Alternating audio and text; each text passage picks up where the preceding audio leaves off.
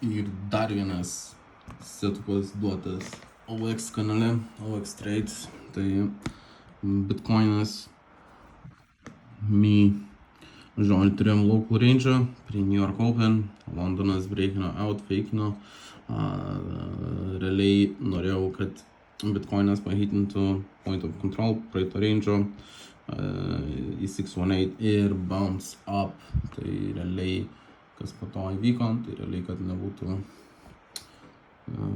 POC įdomu, galite pasižiūrėti timestampus irgi 3 valandos 38 minutės. Bum, aš jau esu pozicijoje. Entry 121 943. Ir va tokį reactioną gavom tiesiai į mūsų targetą, point of interestą ir paėmėm London Highs. Kokia yra dabartinė situacija? Realiai jo, čia yra kažkur mano entry, dar daėtinau pozicijos ant retracement'o. Ir dabar hitinam resistance.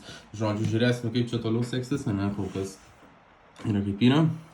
Tik profitą, stop lossą gal movinsiu į break even levelį ir žiūrėsim, teoriškai čia turėtų būti explosive move, trečias veivas, tai galim on the spot ir pasižiūrėti, kur čia galimai būtų to trečio veivo targetai. 3. Jo, tai 25 050 $, žiūrėsim, čia yra kritinis levelis.